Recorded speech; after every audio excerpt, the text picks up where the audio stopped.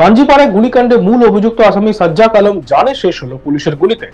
জানা যায় শুক্রবার 17 জানুয়ারি রাতে গোয়ালপুকুরের একটি সীমান্ত দিয়ে বাংলাদেশে পালানোর সময় পুলিশ সাজ্জাককে লক্ষ্য করে গুলি চালায় বলে অভিযোগ। ফলে গুরুতর আহত অবস্থায় ইসলামপুর হাসপাতালে গেলে সেখানেই তাকে মৃত বলে ঘোষণা করা হয় বলে সূত্র মারফত জানা গিয়েছে। যদিও এই ব্যাপারে এই প্রতিবেদন লেখা পর্যন্ত পুলিশ কিছু বলেনি। সাজ্জাক বিচারাধীন খুনের আসামি ছিল। বুধবার তাকে উত্তর দিনাজপুরের গোয়ালপুকুর আদালতে নিয়ে যাওয়া হয়েছিল। সেখান থেকে আবার জেলে ফেরানোর সময় কর্তব্যরত দুই পুলিশ কর্মীকে লক্ষ্য করে গুলি চালিয়ে পালায় সে। আদালত চত্বরে বিচারাধীন বন্দী কোথা থেকে সে আগ্নেয়াস্ত্র পেল তা নিয়ে প্রশ্ন ওঠে। আক্রান্ত দুই পুলিশ কর্মীকে দেখতে শিলিগুড়ির মাটিগাড়ায় হাসপাতালে গিয়েছিলেন রাজ্য পুলিশের ডিজি রাজীব কুমার। সেখান থেকে তিনি হুঁশিয়ারি দিয়েছিলেন, এর জবাব আমরা দেব, আমরা সাধারণ মানুষকে সুরক্ষা দিই, কিন্তু পুলিশ ফোর্সের ওপর কেউ যদি একটা গুলি চালায় তাহলে আমরা 4টে গুলি চালাবো। বুধবার আদালত চত্বর থেকে পালিয়ে যাওয়ার পর সাজ্জাকের আর কোনো খোঁজ পাওয়া যাচ্ছিল না।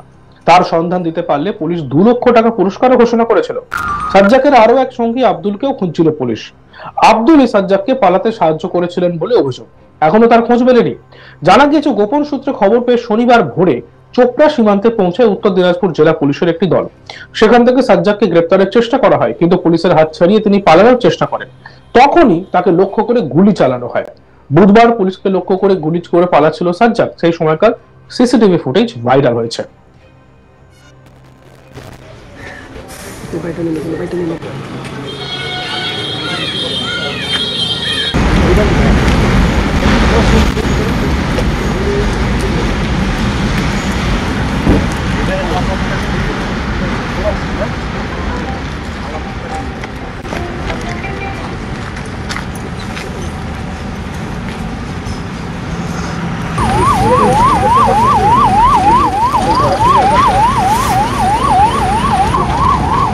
পিছন থেকে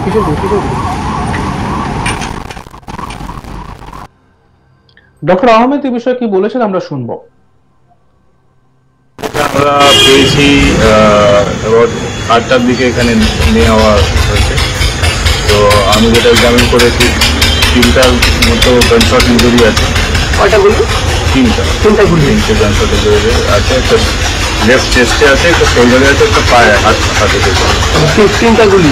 খুবই খারাপ কন্ডিশনে নিয়ে আসা হয়েছিল, র্যাশিং কন্ডিশনে। আমরা চেষ্টা করেছি বাট কিন্তু করানো হয়নি। 8:10 আমরা এই বিষয়ে আমাদের প্রতিনিধি তন্ময় চক্রবর্তীর একটি প্রতিবেদন আমরা দেখব। অবশেষে পাঞ্জিপাড়া গুলিকাণ্ডে পুলিশের এনকাউন্টারে মৃত্যু হলো আব্দুল সাজ্জাদের। আজ ভোরবেলা উত্তর দিনাজপুর জেলার চোপড়ার একটি সীমান্ত দিয়ে সে বাংলাদেশে পালানোর চেষ্টা করছিল। পুলিশ গোপন সূত্রে খবর পেয়ে সেখানে গেলে সেখানে তাকে ধরার চেষ্টা করলে সে তখন পালানোর চেষ্টা করে এবং সেখানেই পুলিশ তাকে লক্ষ্য করে গুলি করে এবং তার পিঠে, পায়ে এবং কোমরে তার গুলি লাগে এবং তাকে গুরুতর অবস্থায় তাকে ইসলামপুর হাসপাতালে নিয়ে আসা হলে সেখানে আজ সকাল 8:30 নাগাদ তার সেখানেই কিন্তু মৃত্যু হয় বলে হাসপাতাল সূত্রে জানা গেছে।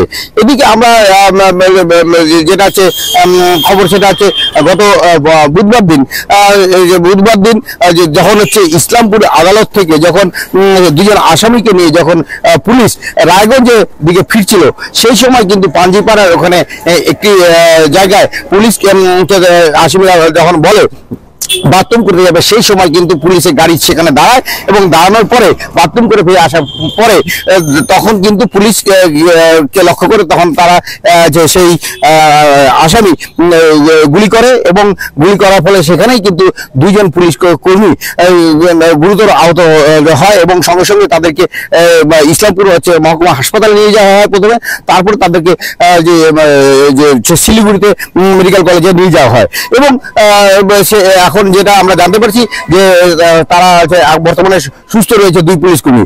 এদিকে এই ঘটনার পরে কিন্তু রাজ্য জুড়ে কিন্তু তোলপাড় হয়ে যায় যে আসামি গুলি করার ফলে যে পুলিশ কর্মীরা আহত হয় এবং এরপরে কিন্তু রাজ্য পুলিশের ডিজি রাজীব কুমার প্রথমে শিলিগুড়িতে আসেন এবং আসার পরে সেই পুলিশ কর্মীদেরকে দেখতে হাসপাতালে যান এবং তারপরে কিন্তু ইসলামপুরে পাঞ্জিপাড়াতে তিনি আসে ঘটনাস্থল দেখে যান এবং পুলিশের আধিকারিকদের সাথে তিনি কিন্তু কথাবার্তা বলেন এই ঘটনায় এবং প্রকৃত যে সাজ্জাদ তাকে ধরার জন্য নানান রকম পরিকল্পনা করেন। এরপরে সাংবাদিকদের কিন্তু বলেন পুলিশের ডিজি রাজীব কুমার যে পুলিশ হচ্ছে সাধারণ মানুষের নিরাপত্তা দেয় এবং পুলিশ সেই যে পুলিশ কর্মীকে যদি কেউ এইভাবে গুলি করে তাহলে তারা যদি একটা গুলি করে পুলিশের চারটা গুলি করার ক্ষমতা রয়েছে।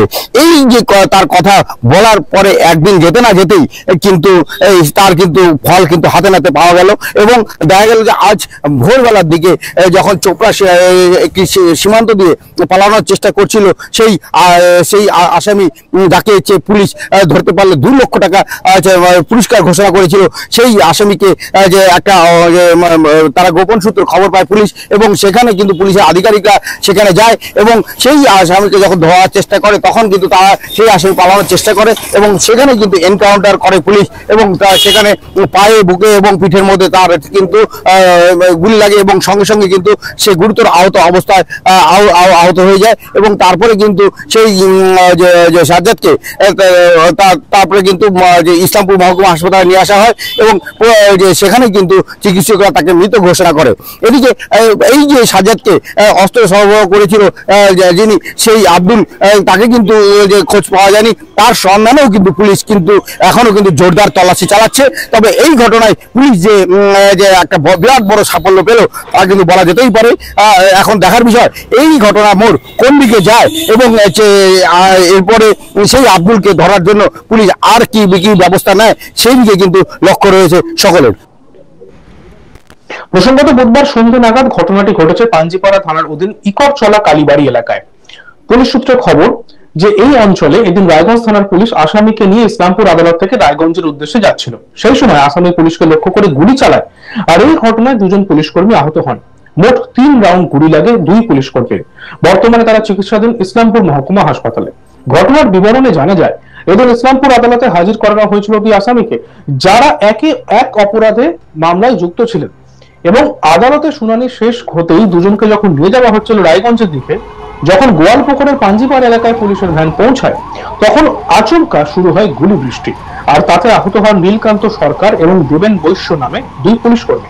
তড়িঘড়ি তাদের উদ্ধার করে নিয়ে যাওয়া হয় ইসলামপুর মহকুমা হাসপাতালে। বর্তমানে তারা সেখানেই চিকিৎসাধীন। যদিও কে বা কারা গুলি চালিয়েছে এখনো জানা যায়নি, তবে প্রাথমিকভাবে অনুমান করা হচ্ছে আসামি পুলিশের বন্দুক ছিনিয়ে তাদের গুলি করেছে। সূত্রের খবর 2 জন আসামির মধ্যে একজন পলাতক। শেষ খবর পাওয়া পর্যন্ত জানা গিয়েছে 2 পুলিশ কর্মীকে রেফার করা হয়েছে উত্তরবঙ্গ মেডিকেল কলেজে।